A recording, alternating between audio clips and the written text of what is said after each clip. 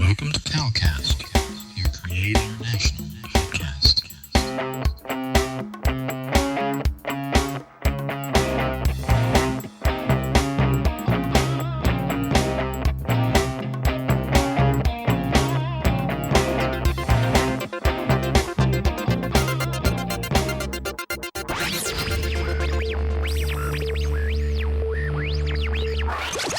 God Network News, where we give you a new perspective on events happening in our world today. This is GNN.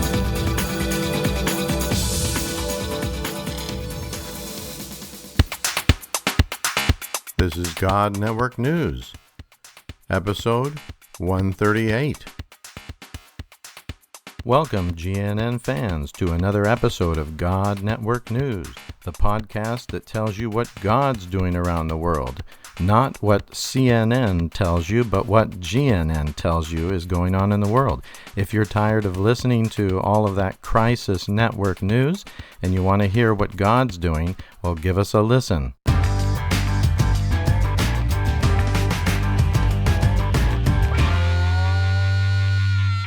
Greetings, God Network News fans, to another great episode of God Network News. Wherever you are in the world, probably you are hunkered down in your home and experiencing all of this catastrophe, I guess you could call it. None of us expected this to happen, but God's not taken by surprise by any of this. As you will be celebrating Easter holiday, the resurrection, we trust that you will be encouraged and inspired to continue to trust God, to believe Him in this difficult time, and to continue to take steps to show yourself to be like Christ to your neighbors, to your family, to people that are close to you, and people online that God will lead you to be able to minister to them in this time. Many people are coming to Christ. Their hearts are open. They're not able to lean on things that they trusted in before. All of those things have collapsed around them, and I think God is going to be using this in an incredible way this time, not only to give us believers around the world an opportunity to minister to people and to show the love of God, be there for people, but also God is opening up people's hearts. There's a shaking that's going on around the world right now, and God is going to use this for His glory, and we're going to see many, many more, especially unreached peoples, I believe. Also others who've left the faith or who have backslidden in some way to come back into relationship with the Lord Jesus. So I believe that what the devil has meant for evil, God can turn around and will turn around for good. You watch, it's going to be amazing. Amazing, just like these new episodes. The next 3 episodes, we're interviewing a dear brother, Jonathan, and his testimonies line up so perfectly with what we're going through right now with the coronavirus. His testimony of how God used him as he reached out and touched people who were sick. This brother, in his ministry, walked along the streets and found people in dire need of simple, basic health care. He came and he gave what he had. The friendship and the love and the acceptance that he showed them transformed their lives. And he saw huge people movements, unreached peoples coming to Christ through his ministry in Africa. We are so excited to be able to bring to you these wonderful stories. And we want to welcome a new follower, Rhonda Ashworth. Thank you so much. I've known Rhonda many, many years. She's an amazing woman of God and missionary in Europe. She's an incredible person. And thank you, Rhonda, for signing up and following this podcast. We trust that you will be blessed and inspired and strengthened in your faith by listening to these stories of friends of ours that are doing incredible things amongst the unreached peoples of the world. So without further ado, let's get into these new episodes from our friend Jonathan in Africa.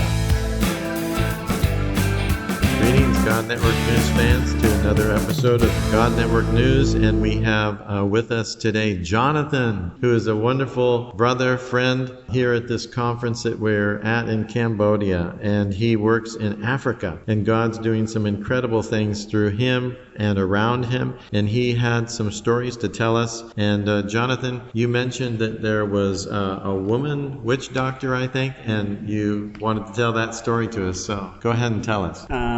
Well, it's such an amazing story, and her testimony is just incredible. Actually, everything started from her daughter, and in the place where we work, HIV is a huge thing. Mm-hmm. Many people are infected with the virus of HIV. Yeah.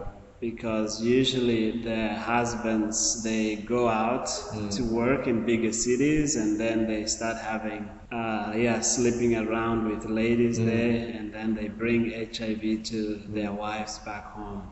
So there are a lot of people that have HIV, and so when we first went there, we had this program like social work, serving through healthcare and mercy ministries and things like that. So we were giving formula milk to the babies that the mothers couldn't breastfeed them because there were risks of passing the virus to the babies.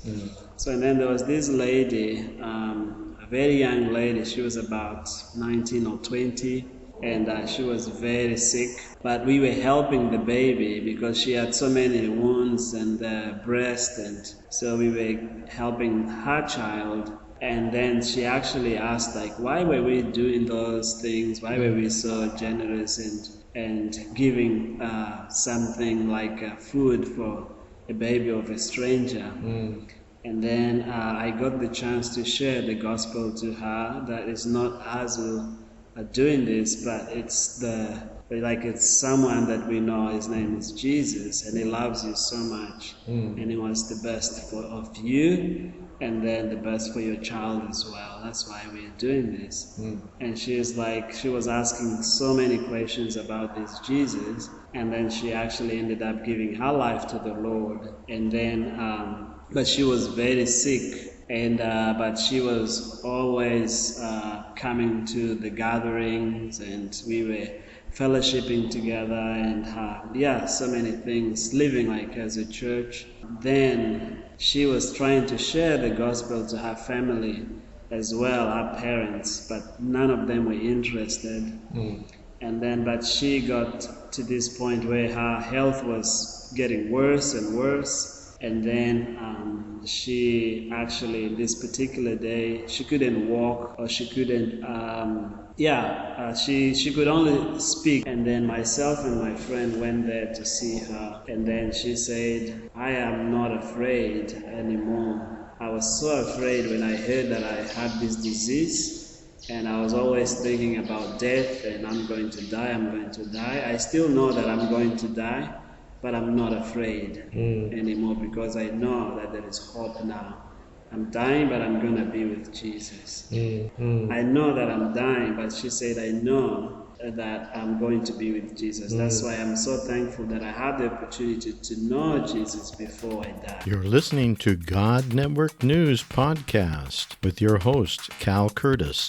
Look up our website at godnetworknews.com. And then, so we were praying for her that the Lord would actually spare her life and save her, maybe heal her. And she was always saying, don't worry, if the Lord wants to take my life, it's okay. If the Lord wants to keep me alive, it's also okay. Whatever comes, I'm okay with it. And then, so that night when we went back home, and she was speaking to her mom, I'm dying, but seriously, you have to think about this Jesus. And then the mom was like, who is this Jesus? So she started sharing about Jesus to the mom. And then the mom said that she died when she was sharing about Jesus. So she died in that night. Wow. But then the next day, the mom comes to our house and she said, my daughter has passed away. So we went there in the funeral, we cried, and we were so, also excited, because she was confident that she was going to be with Jesus.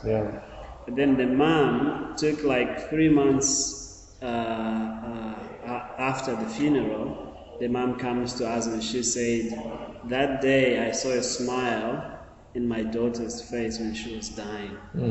And that smile, I knew it is this God that she was following that brought that smile and joy, she was so full of hope, and she wasn't afraid at all. Wow. And I want to follow this God too. Wow. And that lady was a witch doctor, very well known, and she was a drunkard. She would drink, and she was even telling all these terrible testimonies, like very sad things. She would get drunk, and some men would actually sleep with her because she was always on the roads and drunk. And but then when she gave her life to the Lord, things just changed completely. Wow. And then one day she called us, the church leaders, and we went to her house, and she brought all the witchcraft, the pots, and so many things that were inside of our house. And this bottle with human hair. And she brought everything out, and she said, I don't want it anymore. You guys do whatever you want with it. So we got to share that Bible story when there was this particular story when they brought things and they burned. So we just spoke to her, do you want us to burn? And she said, please, just do it now. I don't want it anymore. And so her marriage was like falling apart. But when she gave her life to the Lord, and the marriage was restored, and she became a very good wife. She stopped drinking. She stopped practicing witchcraft, and then she became a leader of that church. And she was sharing the gospel to so many people around. And many people believed as well because they knew her so well. And they're like, how can that be? And so she was actually the first church that started on the island. And then after that church, 2 other churches came, and she was the one who was training these 2 leaders that went out to start other churches as well. So this is one of the stories I wanted to share. That's amazing. Yeah, that's amazing, Jonathan. That this lady, it was actually the daughter that ended up dying of AIDS that led this woman, who was a witch doctor, to the Lord. And then all the people that she had influenced, I'm sure, were shocked at what happened in her life. Yeah, that's incredible. It's a real biblical kind of story, actually. Amazing. Thank you so much for sharing that story. Thank you.